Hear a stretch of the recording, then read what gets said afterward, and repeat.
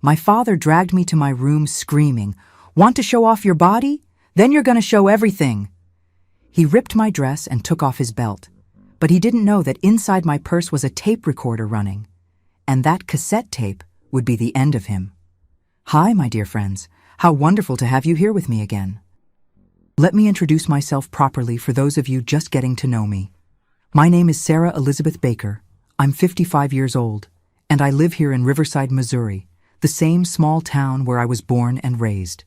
Right at this very moment, as I'm talking to you, I'm here in my warm kitchen with the oven on and the wonderful smell of cinnamon coffee cake coming out of it. Oh, it's a smell that fills the whole house and makes me feel so good. I'm kneading the dough for homemade bread on the big wooden table I inherited from my maternal grandmother. This table has seen so much history, so many recipes, so many tears too. But today it only sees joy and abundance, thank God. You know, my loves, I make these breads and coffee cakes every day to sell at the farmer's market in downtown Riverside. It's my little income, my honest living. I wake up at 4 in the morning, get my hands in the dough. Literally, right? And by 7 o'clock, I'm at my booth with everything warm, fragrant, waiting for my dear customers. Some people come on purpose from other neighborhoods just to buy my cinnamon streusel coffee cake. "Miss Sarah," they say, "you have blessed hands." And I always respond, "Blessed by God, honey, who gave me the freedom to work with dignity." This kitchen here is my refuge, my sacred little corner. The window overlooks the backyard where I have my grape arbor, Concord grapes that I use in my cakes. The walls are tiled halfway up with those old white and blue tiles. On the wood-burning stove in the corner, I always keep coffee brewing. The table where I knead the dough sits right in the middle, under the light coming through the skylight. It's here that I made peace with life, you know? Oh, and before I continue telling my story, I wanted to make a special request to those of you watching now. If you're enjoying this, don't forget to leave a nice like and subscribe to Grandparents' Tales, okay? And turn on the notification bell so you don't miss any of this grandma's stories. And tell me here in the comments, from which town in America are you watching me? And what time of day did you find this video? Early morning with your coffee? Or after lunch during that rest time? Or is it evening when the day is ending? I read each comment so carefully, and I'm so happy to know where you're from, and when you take time to listen to this old lady's stories. Tell me, will you? Let's create a chain of love across this whole country. You know, my dears, today I live a simple but peaceful life. My 3 children are adults now, married, with their own families. I have 6 grandchildren who are the light of my eyes. But it wasn't always like this. This kitchen didn't always smell like warm bread and freedom. There was a time when this same kitchen smelled like fear, forced silence, tears wiped away quickly before anyone noticed. I need to tell you a story that happened to me many years ago, back in 1989, when I was still quite young. A story about a satin dress, about violence, about a father who hid behind the Bible to justify evil, and about how a simple cassette recorder, those old devices we used to listen to music, completely changed the course of my life. It's a heavy story, I know. But it's also a story of courage, of technology saving lives, and how sometimes liberation comes from the most unexpected places. And if there's someone out there going through a similar situation, this story might be exactly what you need to hear today. But to understand how everything happened on that terrible night in 1989, I need to go back a little further in time and tell you what my childhood was like, what my family was like, and what it was like living under the roof of a man the whole town thought was a saint. I was born in 1970, right here in Riverside. My father's name was Roger Baker and my mother, Helen Johnson Baker. I had an older sister, Nancy, who now lives in Kansas City, and I only keep in touch with occasionally by phone, and a younger brother, Leo, who unfortunately died in a motorcycle accident in 1995. God rest his soul. Our house was on Maple Street, right near the Lutheran church where my father was a deacon. It was a white wooden house with blue shutters and a little iron gate that creaked every time it opened. It had 3 small bedrooms, A living room with a brown leather sofa you couldn't sit on without asking permission. A kitchen with a wood-burning stove, and a bathroom in the back of the yard. The backyard was large, full of apple trees, and a grape arbor that produced Concord grapes, the same ones I grow to this day. My father worked on a tobacco farm. Riverside, back in the 70s and 80s, lived off tobacco. Almost every family grew it. We'd wake up early before sunrise. My mother would prepare thick coffee with milk, homemade bread with apple butter, and sometimes there'd be a piece of coffee cake left over from Sunday. My father would leave for the fields with his lunchbox under his arm and only return when the sun was setting, with that strong smell of tobacco stuck to his clothes. My mother, Helen, was a tiny woman, thin, with brown hair always pulled back in a tight bun. She took care of the house, the garden, the three of us, and still did sewing work on the side to supplement the income. She sewed dresses, repaired clothes, did embroidery on tablecloths to sell at church events. I remember her always with a needle in her hand, always busy, always silent. She didn't sing while she worked like the other mothers of my friends. She was too quiet, too silent. When I was about 5, 6 years old, I loved playing in the backyard with Nancy. We'd make little houses under the grape arbor, play school using pebbles as chalk on the dirt floor, play hopscotch that we'd draw with charcoal. Leo was still very small, stayed in the crib or crawled around the house. I had little friends from the neighborhood too, Jennifer, Michelle, Amanda. We'd play ring around the rosy, tag, hide and seek among the apple trees. But there was one detail I only understood much later. We could only make noise when my father wasn't home. My mother would always say, in that soft voice, "Shh, girls, quieter.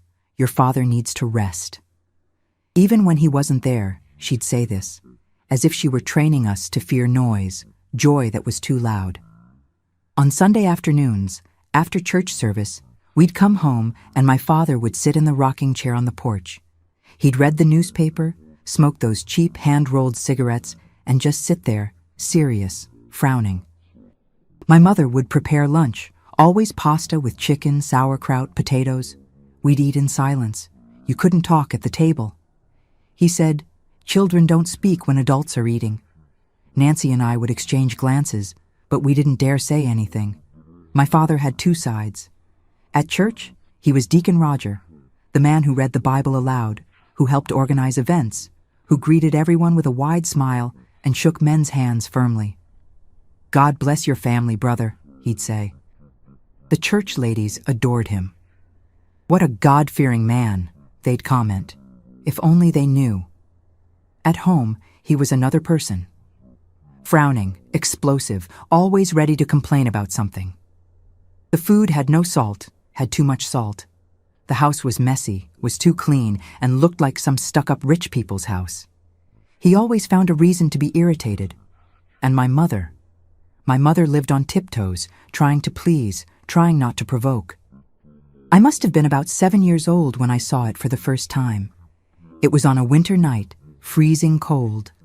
I woke up to the sound of dishes breaking in the kitchen. I got up from the bed I shared with Nancy. She was sleeping deeply, and went to the bedroom door. Down the dark hallway, I could see the kitchen light on. I heard my father's voice, thick, heavy. "You're worthless, Helen. You can't even make decent coffee." And then I heard a dull thud, like something had fallen to the floor. I froze, my little heart pounding. Then I heard my mother crying softly, that muffled cry, almost soundless. And his voice again. "Stop whimpering. Go clean up this mess." I went back to the room on tiptoes, lay down in bed, and pretended I was sleeping. But I couldn't really sleep. I lay there staring at the wooden ceiling, listening to the wind hitting the windows, trying to understand what had happened. The next day, my mother appeared with a bruise on her arm. She said she had hit the corner of the table. I was a child, but something inside me knew it wasn't true. I looked at her.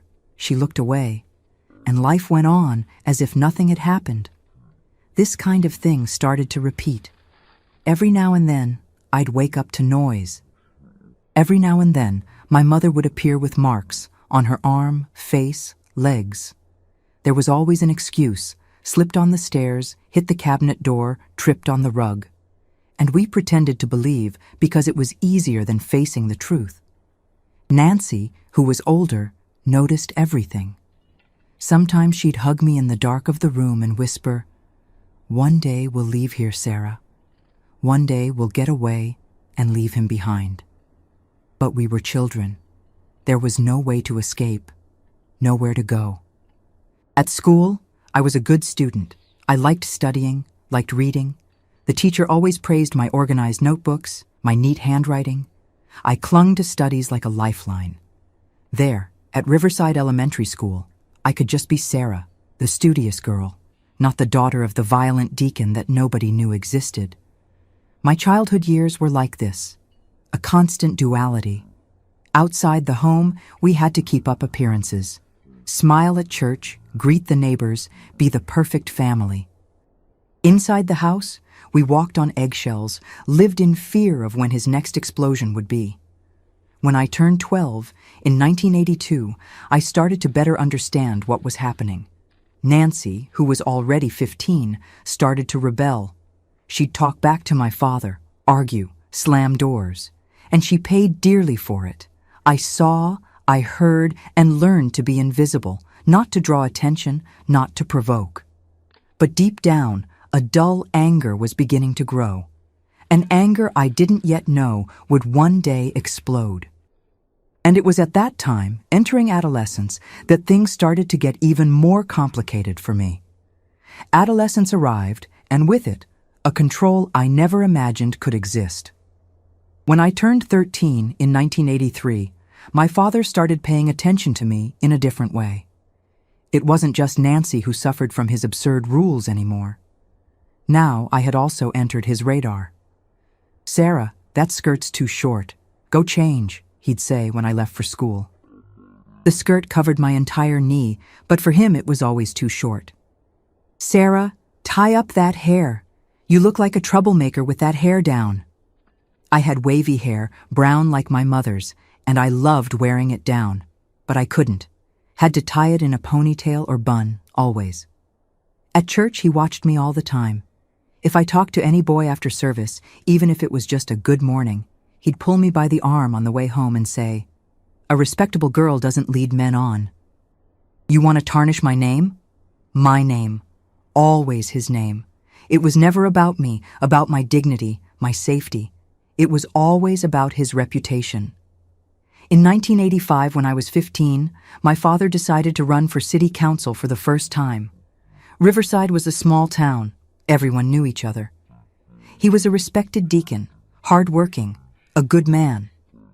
He started the campaign with that speech I memorized from hearing it so much: God, country, and family, Christian values, respect for traditions. Our house became his platform. He received visits from supporters, from people in the community. My mother prepared coffee cakes. Coffee served everyone with that forced smile.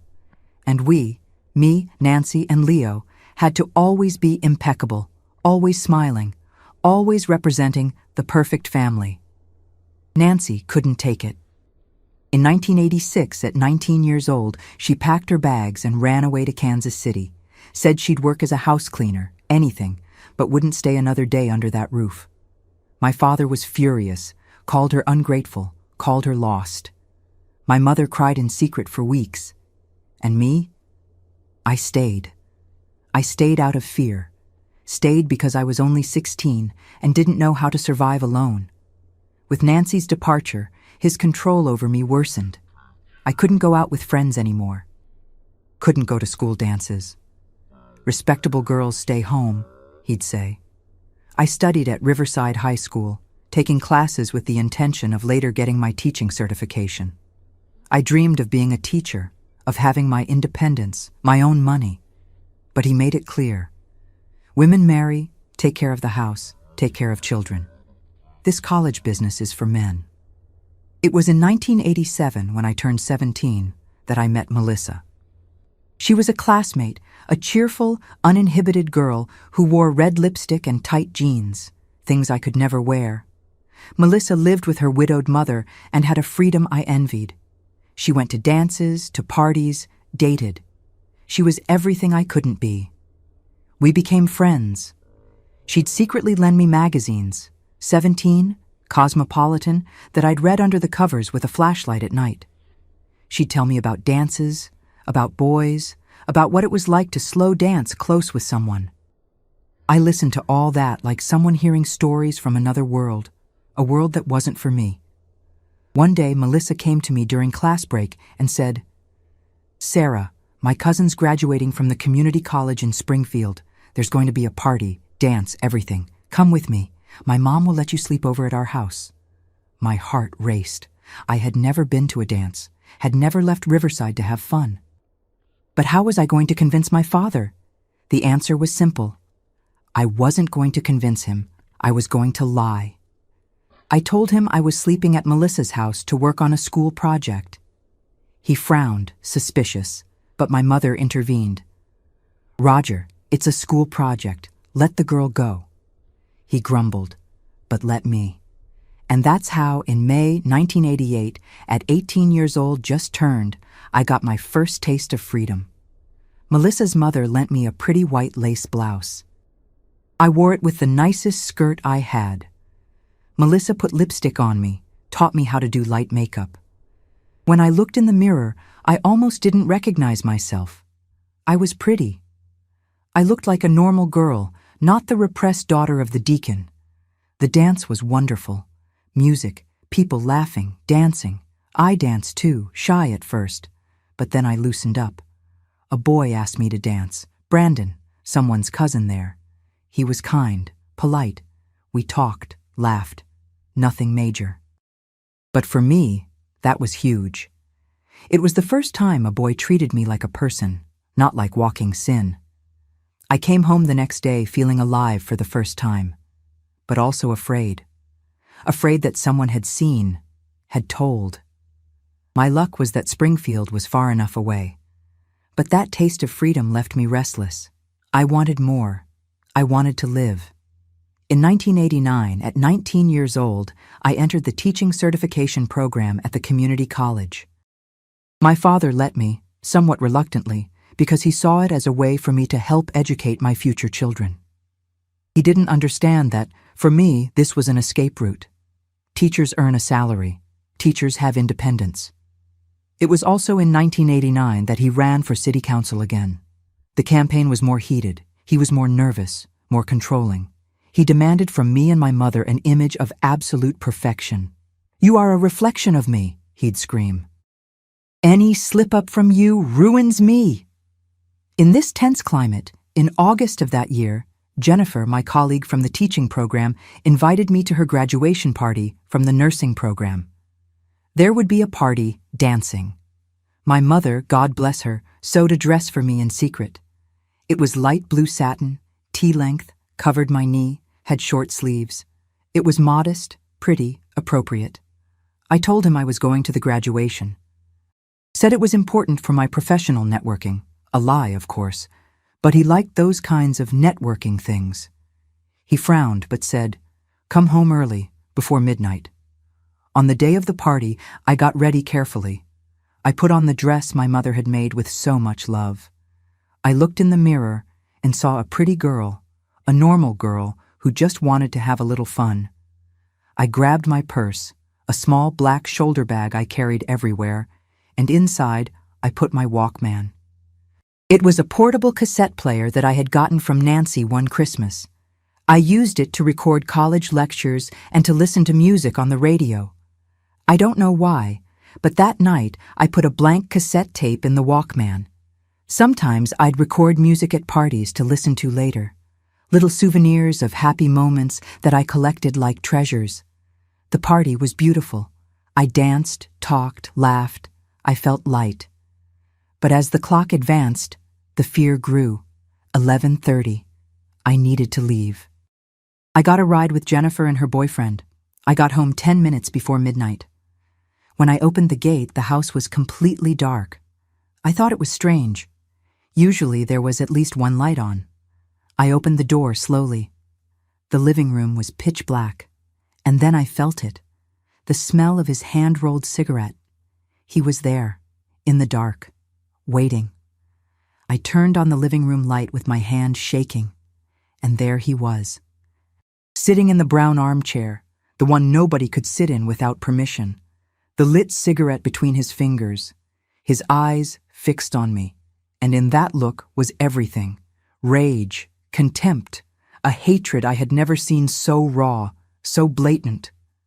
"Good evening, Dad," I said, my voice trembling, trying to stay calm, trying to pretend everything was normal. He didn't respond, just kept staring at me. Took a long drag on his cigarette, let out the smoke slowly. The silence was deafening. I felt my heart beating so hard I was sure he could hear it. Then he stood up, slowly, threw the cigarette in the ashtray violently, and came walking toward me. Each step made the wooden floor creak. "You look like a whore in that dress," he spat the words. His voice was low, controlled, but loaded with venom. "Going around, showing off your body, shaming my name all over town." "Dad, it's just a dress. It's at my knee. Look, shut up." He yelled so loud I jumped. "Don't talk back to me. I know what I saw. Doris told me everything. Saw you at that party pressed up against some boy, dancing like a tramp." Doris, a church busybody who was always sticking her nose in other people's business. She must have been visiting someone in Springfield and saw me from afar. Damn gossip. "Dad, I just danced. I didn't do anything wrong." He didn't let me finish. He came at me and grabbed my arm with brutal force. That calloused hand from so much farm work squeezed my arm until it hurt. I screamed in pain, but he didn't let go. "You think I'm stupid?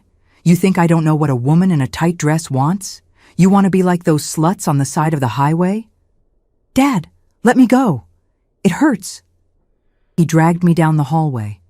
I tried to resist, but he was much stronger. My mother appeared in the kitchen doorway in her nightgown with wide, frightened eyes. She held a dish towel in her hands, twisting it nonstop. "Roger, for God's sake," she started. "You stay quiet. You're the one who made this dress for her, weren't you? You're the one encouraging this daughter to dishonor me." My mother went pale. She opened her mouth to say something, but no sound came out. She just stood there, paralyzed, while he dragged me to my room. He threw me on the bed with so much force that my back hit the wall. The purse fell to the floor, open, and I saw my Walkman roll under the bed. My father locked the bedroom door, and in that moment, I was certain something very bad was going to happen. "Since you want to be a streetwalker," he said, taking off his belt slowly, "I'm going to teach you how streetwalkers are treated.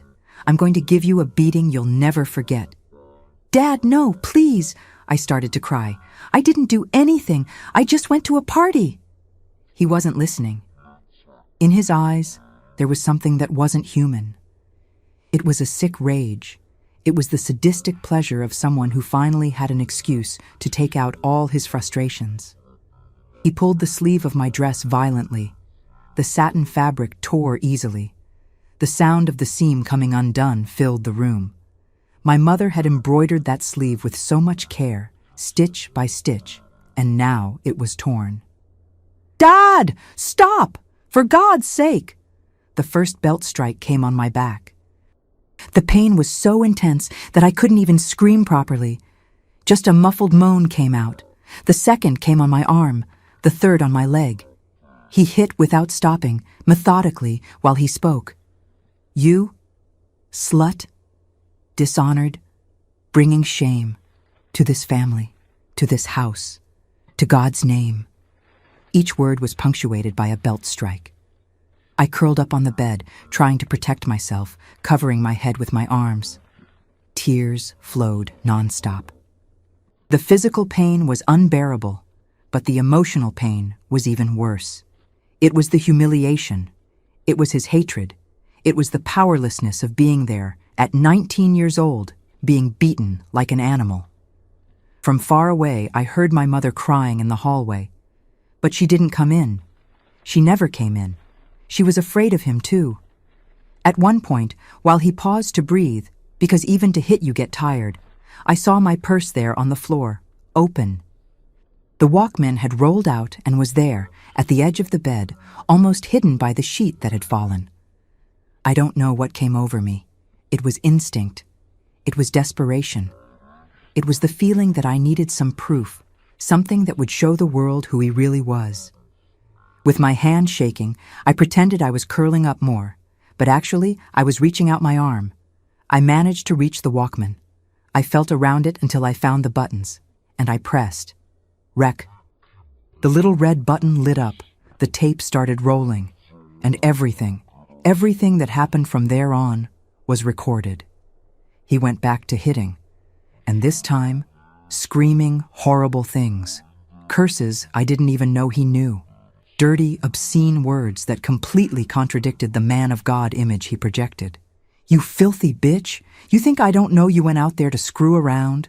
Women who wear dresses like that are asking for it, asking to be used.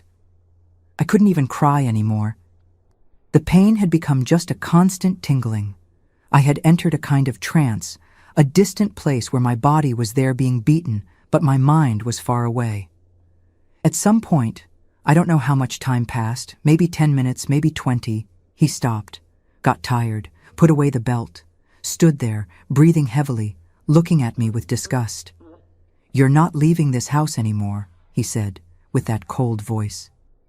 "Tomorrow you go to school, come straight back here, and stay locked in your room until you learn to be a proper girl. Understood?" I didn't respond, couldn't speak. "Understood!" he yelled. "Yes," I whispered. He unlocked the door and left, slammed the door hard.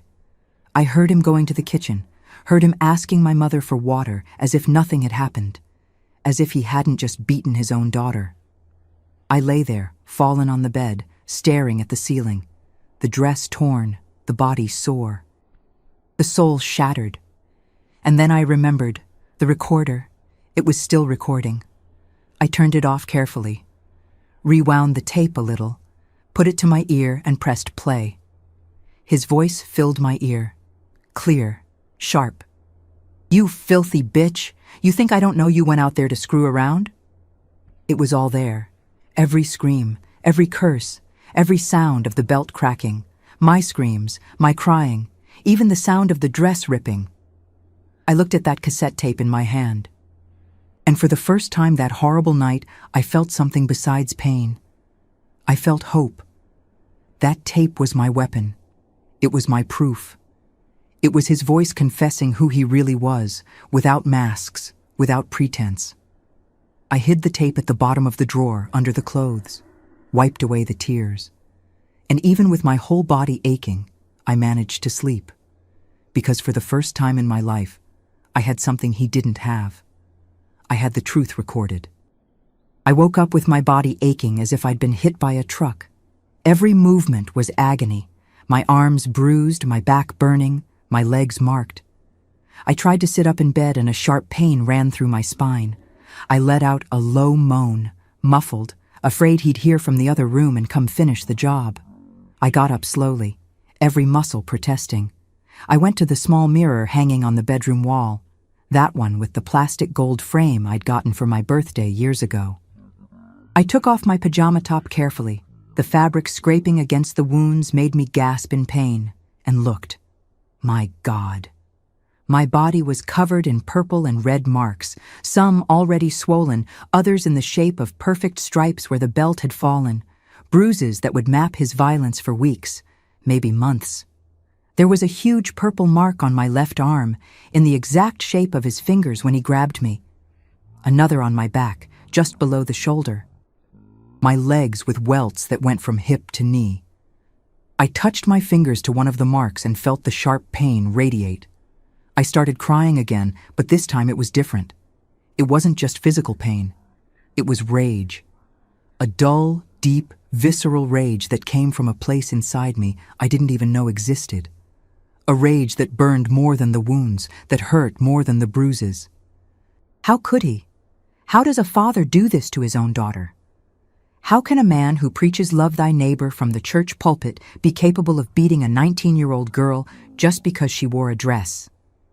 I put the shirt back on, long sleeved to hide the marks, and went to the drawer. My hand trembled when I opened it. I removed the clothes on top carefully until I found it. The cassette tape. So small, so fragile.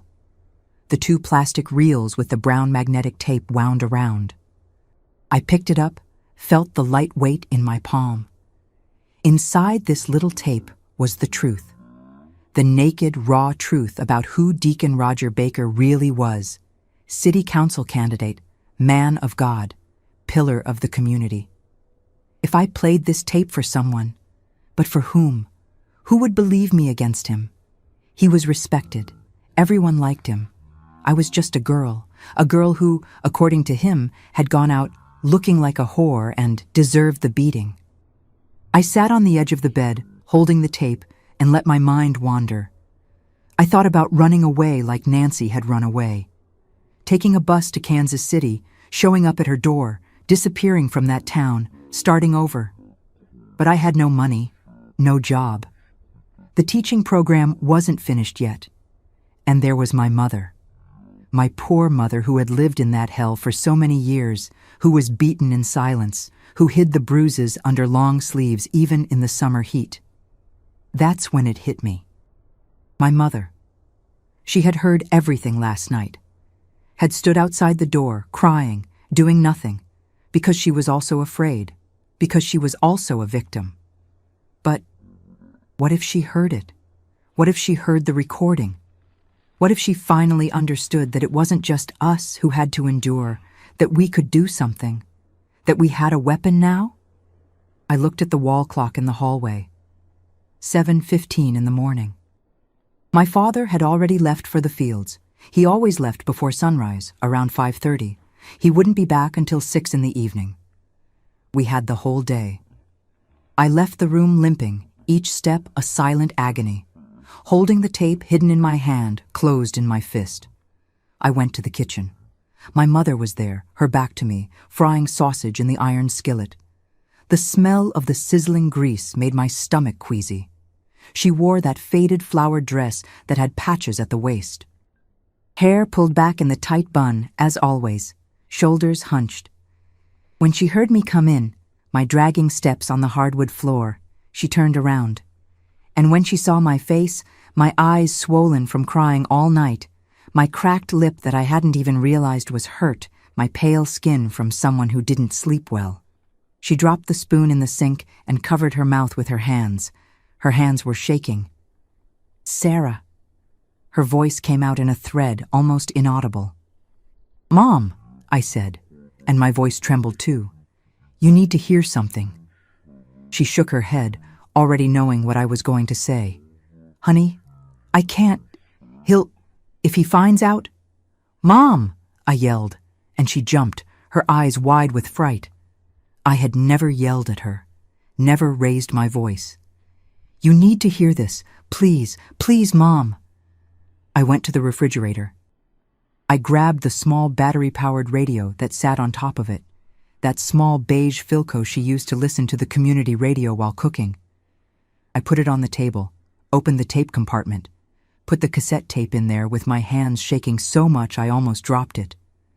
My mother stood there petrified, her face pale as candle wax, her hands gripping the dish towel, twisting it non-stop in a nervous, repetitive movement. "Sarah, don't," she whispered. I took a deep breath and pressed play. His voice filled the kitchen, loud, clear, brutal, crystal clear. "You filthy bitch! You think I don't know you went out there to screw around? Women who wear dresses like that are asking for it, asking to be used." My mother's eyes widened. She put her hand to her chest, the sound of the belt cracking, whack, whack, whack. My scream, "Dad, stop! For God's sake, it hurts!" And him continuing, relentless, "You slut, dishonored. I'll teach you respect with this belt. I'll teach you to be a proper woman." The sound of fabric ripping, that loud, definitive rip of satin coming undone, my desperate crying, that crying of someone who can't take it anymore, of someone breaking inside. And the curses, one after another, words no man who calls himself Christian should even know, much less scream at his own daughter.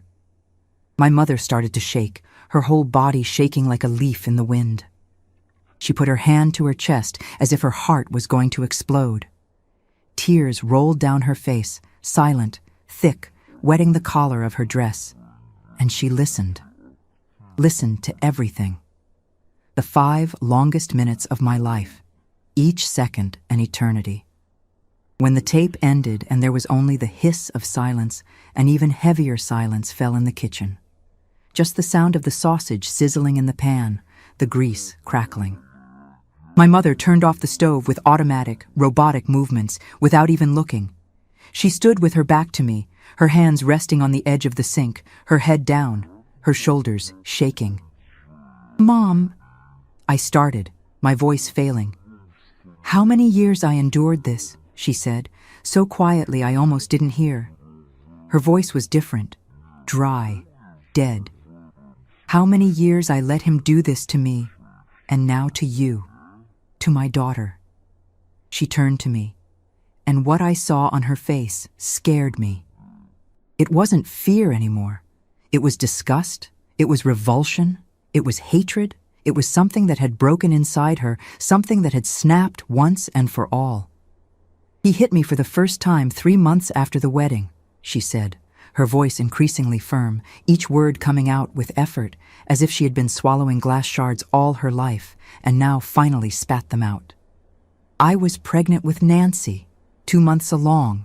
He said the soup had no salt. He slapped me so hard it threw me to the kitchen floor. I hit my head on the cabinet. It bled. He cried afterward, apologized on his knees, said it was the stress of work, of the farm, of tight money. Swore on the Bible it would never happen again. I forgave him. Forgave because I was pregnant, because I had nowhere to go, because I thought it was just once. But it wasn't. It's never just once. Mom, I know. I always knew. But you, my daughter, my baby girl."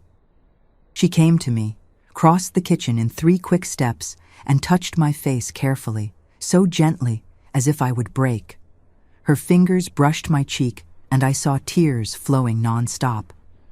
"I won't let him do this again. Never again. It's over. It's over, Sarah. It's over." Something had changed in her. It was as if the tape had broken a spell, an evil enchantment that had kept her trapped for 20-some years. As if, hearing his brutality recorded, without filter, without excuses, without the possibility of pretending it hadn't been that bad, she had finally awakened from the nightmare of submission she lived in. "What are we going to do?" I asked, my voice shaking with fear and hope at the same time. She took the tape from my hands, held it tightly, her fingers white from squeezing so hard. Looked at that little tape as if it were a bomb, and maybe it was, a bomb ready to blow up his life, and said, with a cold determination I had never ever seen in her, "We're going to destroy him." We waited, all day long. I stayed home, made up that I was too sick to go to class. My mother sent word with the neighbor to the school. She took care of the marks on my body with arnica she picked from the garden, with ice wrapped in cloth, with all the tenderness she had stored up. Put ointment carefully on my back, arms, legs, cried while doing it. Cried seeing what he had done to her daughter. We didn't talk much during the day, just waited, prepared dinner, cleaned the house, lived those interminable hours in silent tension, like soldiers waiting for battle to begin. When it got dark, when the clock struck 6:30, he arrived. He came in through the kitchen door as always, dirty with red soil, smelling of tobacco and sour sweat. Dropped the empty lunchbox in the sink with a metallic clang. Went straight to the bathroom, to the shower. We heard the water running, him whistling some song, as if nothing had happened. My mother prepared his dinner, pasta with red sauce, fried sausage, sauerkraut, served it at the table with steady hands. I sat in the corner chair, quiet, watching. He came out of the shower, hair wet, put on clean clothes, and sat at the table. Started eating without even looking at us. Chewed with his mouth open, making noise. Stuffed big forkfuls in his mouth. That's when my mother put the little radio on the table, right in front of his plate, with a firm, decisive movement. "What's this?" he asked, his mouth full of pasta. "This here," my mother said, and her voice didn't tremble even a millimeter, "is the end of your city council campaign, Roger." He stopped chewing, his jaw locked mid-movement. He looked at her, then at me, then at the radio. I saw confusion in his eyes, then suspicion. "What nonsense is this, Helen?" She pressed play. His voice filled the kitchen again. The screams, the horrible curses, the sound of the belt cracking. My desperate crying begging him to stop. He went white, white as a corpse. All the blood drained from his face. He swallowed the food dry, choked, coughed violently. He jumped up from the chair, knocking it backward with a crash, and tried to grab the radio, but my mother was faster. She ripped the tape out and held it against her chest, protecting it with both arms. "You're not going to lay a finger on this tape," she said. "Give me that now, Helen!" He screamed, his voice already hysterical, high-pitched. "Give me that now!" "No." She took a step back. "You have two choices, Roger. Either you pack your things and leave this house now, leave me and the girls alone forever, or tomorrow morning bright and early, I'll play this tape over the loudspeaker at the church potluck. I'll let everyone hear what kind of man you really are. The deacon. The city council candidate. The man of God. I'll let everyone hear you calling your own daughter a bitch." He was silent. His face red now, veins bulging in his neck, breathing heavily. I saw desperation in his eyes. His campaign depended entirely on the image of exemplary family man. If that tape was exposed at church, in front of the whole community, he was done. Politically done. Socially done. Spiritually done. "You wouldn't have the guts," he said, but his voice failed, came out weak, doubtful. "Try me," my mother responded, cold as ice. "Try staying and see." We stood there, the three of us, in a silent confrontation that seemed to last hours, the air heavy, dense, until he understood he had lost, that he had finally gone too far, that tape was irrefutable, undeniable proof of his true nature. He went upstairs stomping. I heard him opening drawers, throwing things. Got an old leather suitcase, threw clothes in without any care, without folding. Came down the stairs stomping, furious but defeated.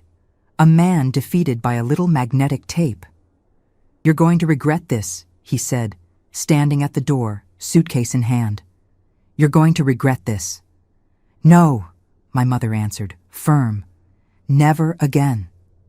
He left, slammed the door so hard the window glass shook, and disappeared into the dark night.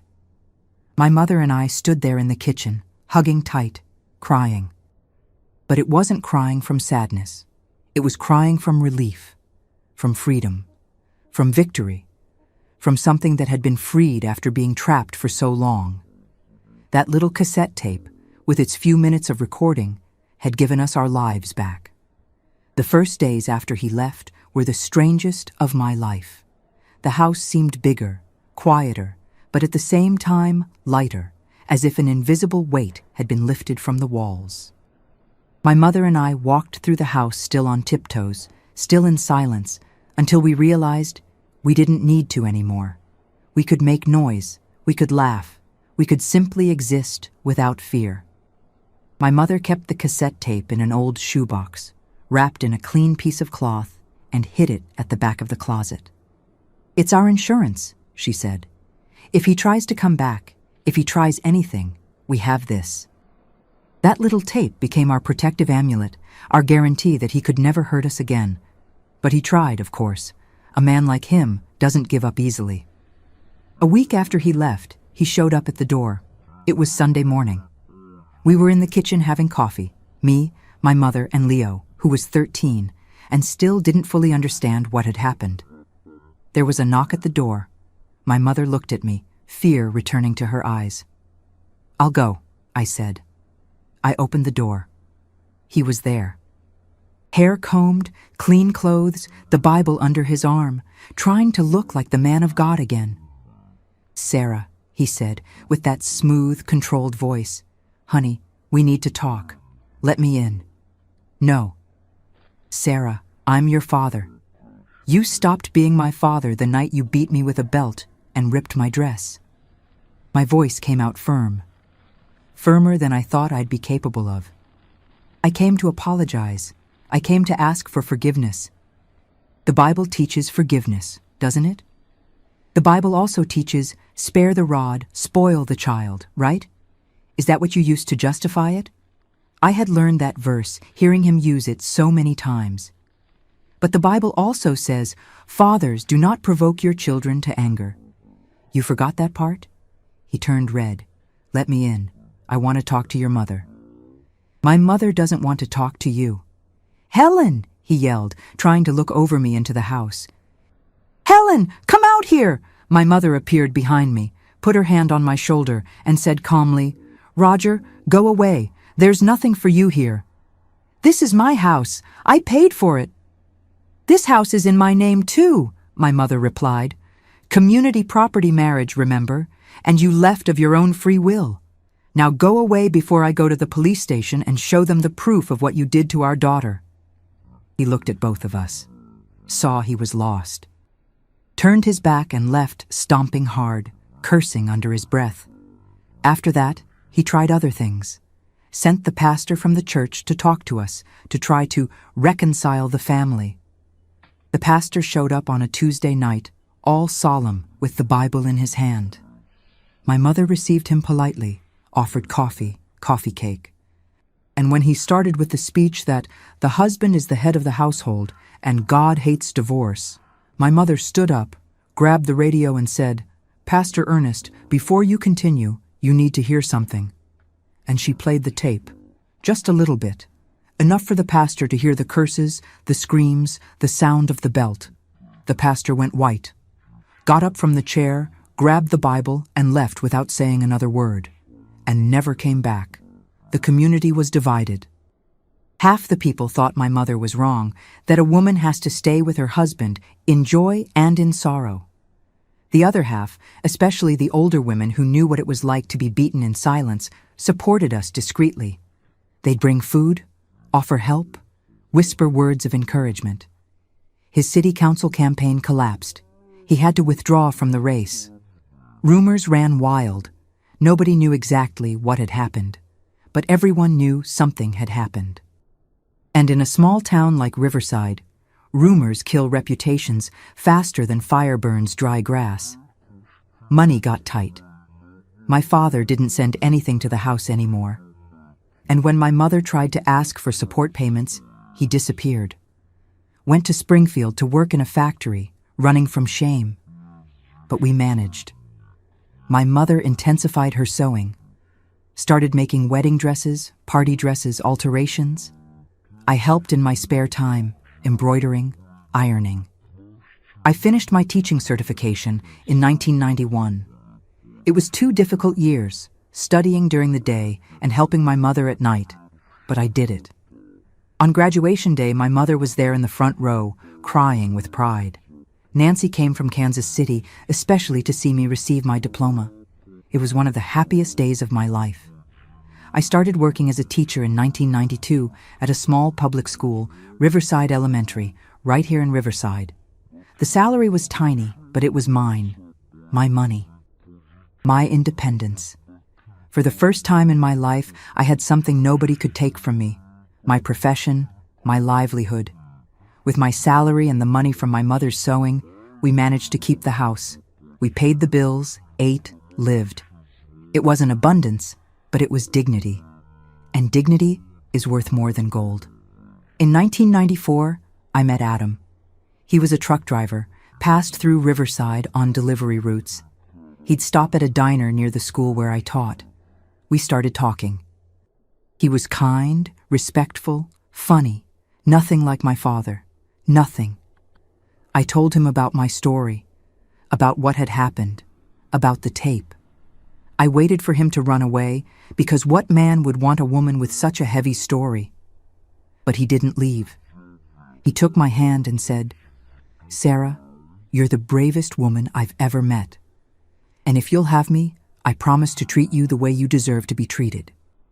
We got married in 1995 in a simple ceremony at church. Not my father's church, another one, the Baptist church in the Meadowview neighborhood. My mother cried with joy. Nancy was my maid of honor. Leo, who was already 19, was our ring bearer. Life started to make sense. Adam treated me with affection, with respect. Never raised his voice to me, never raised his hand. And I learned what it was to be truly loved, not with fear, but with tenderness. We had 3 children, Michael in 1996, Emma in 1998, and Jessica in 2000. I raised my children in a completely different way from how I was raised. With love, with dialogue, with respect. I never raised my hand to them, never yelled. I taught them that violence is never, ever the answer. My father? He died in 2010, alone in a rental apartment in Springfield. Had a massive heart attack. When the news came, I felt nothing. Not sadness, not anger, just emptiness. Adam asked if I wanted to go to the funeral. I said no. That man had died for me a long time ago, on that August night in 1989. My mother lived with us until 2018. She saw the grandchildren grow up, saw Nancy get married too, saw the family we built. And she died in peace, sleeping, with a smile on her face. Before she died, she called me to the room and gave me the shoebox. "The tape's in here," she said. "Keep it. Not to hold on to anger, but to remember. Remember that you're strong. That we're strong." I keep it to this day.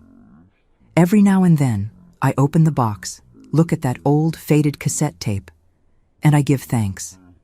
I thank that Walkman, that little red button that saved my life and my mother's life. Technology may seem simple, outdated, but back then, that recorder was my salvation. It was my weapon when I had no physical strength. It was my voice when I couldn't scream loud enough. Today, at 55 years old, I wake up every day at 4 in the morning without needing an alarm clock. My body's already used to it. I get up from bed carefully so as not to wake Adam. He retired last year and deserves to sleep in. I go straight to the kitchen, turn on the lights, turn on the oven, and start my usual ritual, making breads and coffee cakes to sell at the farmer's market. But life isn't just dough and ovens, no. Every Tuesday and Thursday afternoon, after I get back from the market, I go to the community center here in Riverside. There, I teach adult literacy classes. They're mostly women, ladies between 40 and 70 years old who never had a chance to study. I teach them to read, to write their own names, to do math at the grocery store. There's Mrs. Teresa, 68 years old, who the other day managed to read her blood pressure medication label by herself and cried with joy. There's Rose, 52, who's learning so she can read the messages her children send on their cell phones.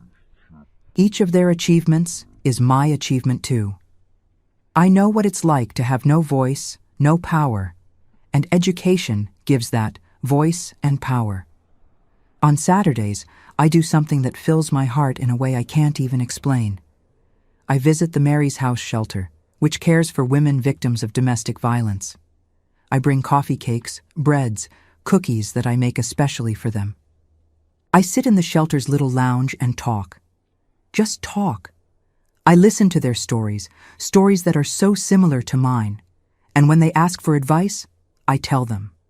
I tell them about the night in 1989. I tell them about the cassette tape. I tell them it's possible to leave. It's possible to start over. "Did you report him to the police?" they always ask. I didn't need to, I answer. I used the weapon I had in my hand, the recorded truth. Each of you has a different weapon. Sometimes it's the police, sometimes it's family, sometimes it's simply the courage to pack a bag and leave. But we all have something. You just have to find it. I see in their eyes the same hope I felt when I heard that recording for the first time. And that gives me purpose. Makes me feel like all that pain was for something. My children are my joy. Michael works as a mechanic, married Samantha, and gave me 2 grandchildren, Vincent, 7 years old, and Lucy, 4. Emma is a nurse at the regional hospital in Springfield. Mary, Julian, and I have from them Sophie, 5 years old, and the twins Mason and Matthew, 2 years old. Jessica is still single, works as a graphic designer from home, lives nearby, and comes to have lunch with me twice a week. Sunday is Sacred Family Day. Everyone comes to my house. The kids, the daughters-in-law, the son-in-law, the grandkids. We fill the big kitchen table, the one I inherited from my grandmother, and that today only witnesses laughter and hugs. I make homemade pasta, roasted chicken, potato salad, coffee cake for dessert. The grandkids run through the yard, play under the grape arbor, pick grapes right off the vine. Vincent helps me make bread sometimes. He loves sticking his little hands in the dough. Adam, my companion of 30 years, is my safe harbor. He takes care of the grape arbor, harvests the grapes, helps make the jam I use in my coffee cakes. In the morning, while I knead the dough, he drinks coffee sitting in the chair near the stove, and we talk about everything and nothing. He treats me like a queen. To this day, after 3 decades together, he still opens the car door for me, still brings me flowers out of nowhere, still kisses my forehead before bed. On Wednesday nights, I participate in the Women Who Inspire discussion group at the public library. We're 10, 12 women of various ages who get together to talk about overcoming, about challenges, about life. Each week one tells her story. I've told mine a few times. There's always some young woman who hears it and leaves there different, stronger. I have a routine that's good for me.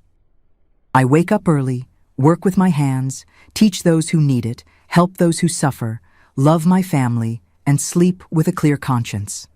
I don't have luxury, I don't have wealth, but I have peace. And peace is a treasure that can't be bought. The cassette tape remains stored in my closet, in the same shoebox my mother gave me. Sometimes I open the box, pick up the little tape, feel its light weight in my hand. I think about everything that little piece of plastic and magnetic tape represented. I think about how simple technology, a Walkman with a record button, saved my life. I live in the same Riverside where I was born, but it's a different town now. Or maybe I'm the one who's different. I no longer walk with my head down. I'm no longer afraid to make noise, to laugh loud, to fully exist. The 19-year-old girl who was beaten with a belt on that August night grew up, got married, had children, became a grandmother, became a literacy teacher, became a volunteer, became a complete woman. And when I lie in bed every day, with Adam snoring softly next to me, with the smell of bread still on my skin, I give thanks. I give thanks for the courage I found. I give thanks for the mother who found her own courage. I give thanks for the Walkman. I give thanks for the tape that recorded the truth. I give thanks for being alive, free, and at peace.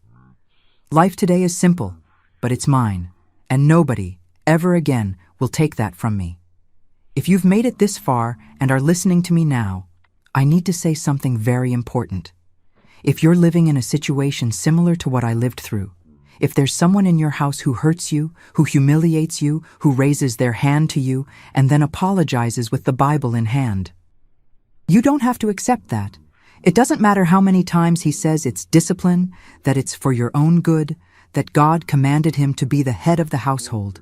God never, ever told anyone to beat, curse, or destroy another person. I learned the hard way that violent men don't change with prayer.